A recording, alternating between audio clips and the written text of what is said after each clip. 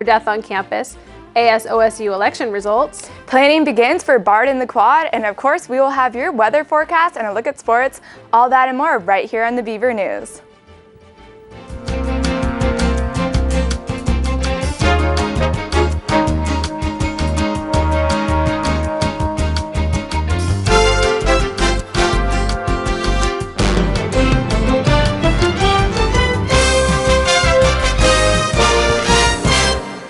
Welcome to your Monday night edition of the Beaver News. I hope everyone had a good weekend. I'm Brenda Ivey. And I'm Brittany Mangold. Well, the wait is over. Amelia Harris and Dan Cushing are officially the new ASOSU president and vice president, winning by a margin of 71 votes. While the duo are reveling in their win and anxious to get to work, they will not officially take over until June 1st when current president term ends. This year has been filled with controversy, so it'll be interesting and exciting to see what this new term brings. Moms and Family Weekend is May 4th through the 6th, and one event to look forward to is the annual Moms and Family Weekend Art Festival, hosted by the Memorial Union Program Council. The Art Festival has a wide variety of handmade crafts for your enjoyment, including paintings, drawings, and even handmade clothing. This year's Art Festival is on Saturday, May 5th from 10 to 5. Another popular Moms Weekend event is a comedy performance featuring comedian Alonzo Bowden, this Saturday at 6:30 and another show at 9. Tickets are on sale now, and you can purchase them in addition to seeing the full calendar of Mom and Family Weekend events by going online to Oregon State website and search the keyword Moms Weekend. I think it's great that we have both a Mom and Dad's Weekend, and I think that schools that don't are really missing out. Oh, I know. My mom's really looking forward to it, and so she's coming down, and I'm actually really excited. Nice. Yeah. There's still time to register for the Corvallis Heart Chase, and if you sign up before this Saturday, you can save $5 off the registration fee. The event is set up similar to the hit show Amazing Race, with checkpoints that have a heart-healthy task to complete before moving on, as well as clues to the next checkpoint. You must sign up as a team, but they can help you find one if you need them to. The event is scheduled for May 19th and sounds like a good, healthy time with music, games, and prizes. Many students have expressed frustration with the rapidly growing enrollment here at Oregon State, and now Corvallis citizens are initiating a project aimed to tackle community concerns associated with the university's growth. The City of Corvallis and Oregon State has launched a collaboration project where 3 citizen work groups will evaluate the current matters and concerns associated with the traffic and parking, housing issues, and livability in neighborhoods near the university. Once the citizen work group completes their evaluations, they will meet with OSU representatives and devise solutions that accommodate both the city and university needs. We will keep you updated on the collaboration project progress as it unfolds. In less than a week, there was a second death at OSU.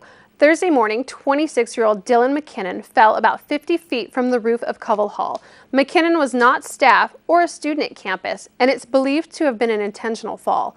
Last week, we saw the death of student Lauren Snow, who was found dead in her sorority house. Though a cause of death has still not been released in that case, Lauren's funeral will be tomorrow in her home state of Colorado. The OSU's theater department's summer tradition is the BARD in the Quad production. This year's play is William Shakespeare's Battle of the Sexes comedy, The Taming of the Shrew.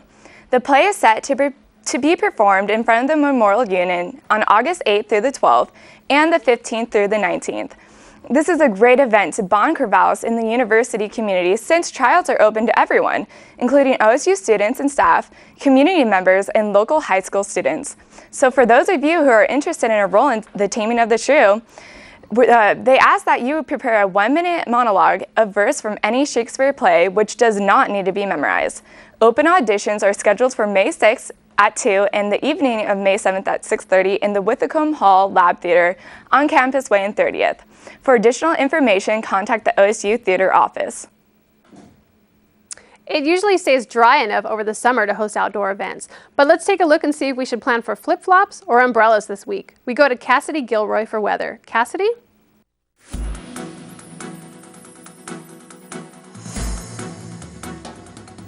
Good evening, Corvallis. My name is Cassidy Gilroy, and tonight I have your 5-day forecast. Tonight we have a high of 55 degrees with a low of 43 degrees, and on Tuesday the rain shall carry on with a high of 55 degrees and a low of 39 degrees. On Wednesday, it should dry up a little bit, but it will still remain overcast with a high of 61 degrees and a low of 46 degrees. And on Thursday, the rain should return with a high of 55 and a low of 45 degrees. And unfortunately on Friday, the rain continues with a high of 54 degrees and a low of 43 degrees. And that has been your look at weather today. Hope you guys have a good evening. See you all next time. Thanks, Cassidy. Looks like umbrellas again this week. Benton County is holding its first ever women build for Habitat for Humanity this Saturday from 9 to 3. Habitat for Humanity is a nonprofit organization that provides housing for families across America who may not be able to own a home otherwise. The program allows families to put the down payment for the home in the way of sweat equity, working for 400 hours. This weekend's event is not only a way to do something good for others, but in the end will provide a home for a single mother of 3. If you are a student and want to be more involved with the Oregon State community, the Civic Engagement Coordinator team is now hiring for the next school year. The Center for Civic Engagement is part of the student leadership and involvement, and its mission is to facilitate students' connection with the community through meaningful service experiences. The CCE is looking to hire 5 students that will have responsibilities focusing on community partnership development, campus programming, student volunteer recruitment, along with other campus and community-related obligations. This is a paid student position, and applications are available online or in the room 149 in Snell Hall. Completed applications are due by 5 on Friday, May 4th. And last week, we saw the culmination of the biannual Human vs. Zombies game.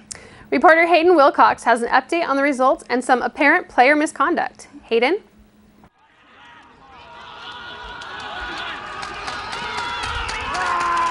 This last Sunday, the final battle between Oregon State's Humans vs. Zombies Club took place in the MU Quad. However, this season there were quite a few player infractions that shed a negative light on the game.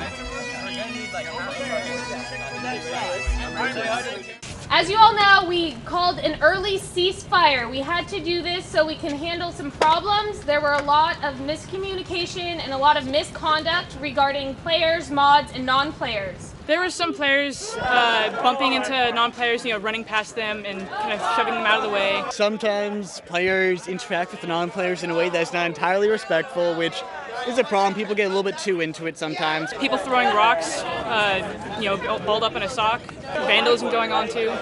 Generally, most people do not do that, and the vast majority of the players are incredibly respectful that I met. Clear a path, guys. We got non-players.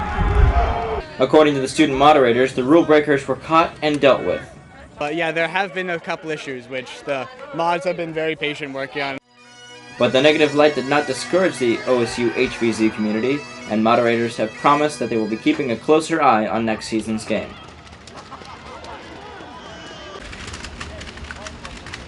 This year's game took place in the MU Quad and ended in a human victory, the first human victory since the game's debut on campus.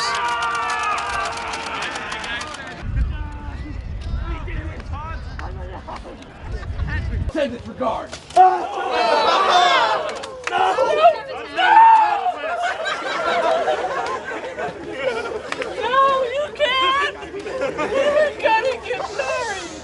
This is a game. It's fun, but still a game.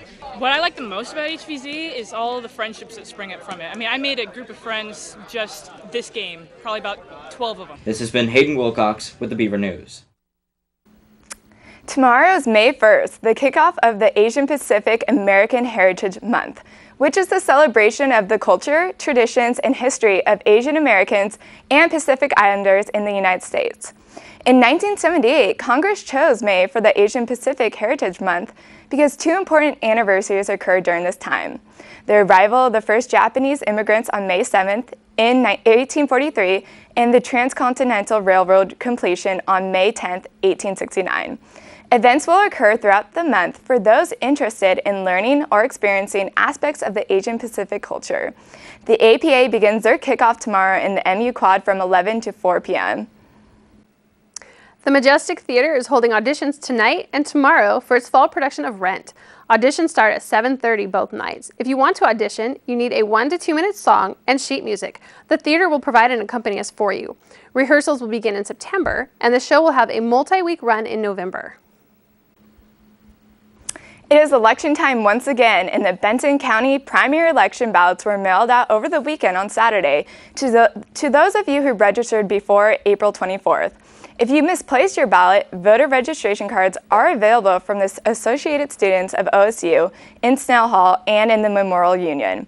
The primary election will be held on May 15th, so make sure you drop off your ballots to one of the official ballot drop-off boxes or mail it in with enough time to reach the elections office by 8 p.m. on the 15th. An official ballot drop-off box is located at the Valley Library on campus. And we now turn it over to Joe Hedberg for a look at sports.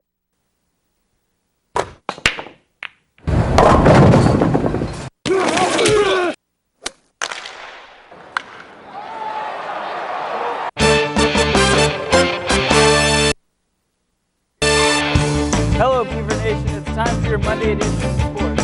First off, I would like to congratulate some former Oregon State football players who are moving on to the NFL. Brandon Harden was drafted in the 3rd round by the Chicago Bears, while James Rodgers signed as an undrafted free agent with the Atlanta Falcons, where he'll join his brother Jaquiz. Cameron Collins was signed by the Miami Dolphins, Mike Reamer signed with the Denver Broncos, and punter Johnny Hecker signed with the St. Louis Rams.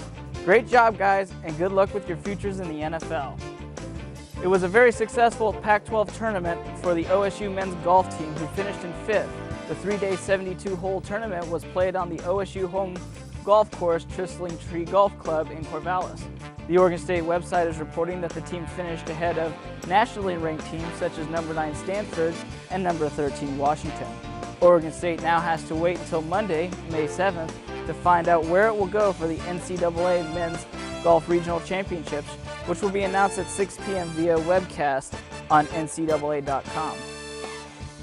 Unfortunately for OSU baseball fans, the USC Trojans were able to take the weekend series after getting a Game 2 and 3.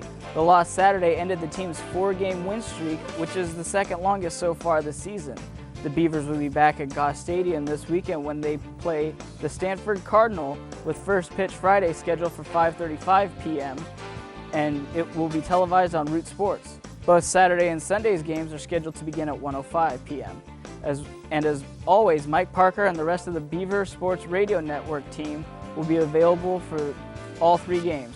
I'm Joe Hedberg, and that's your sports. Well, that's all the news we have for you tonight, but check back in with us tomorrow right here at 7 o'clock on KBVR as we continue to bring you the news that matters in your life. Have a great evening, everyone, and good luck with midterms.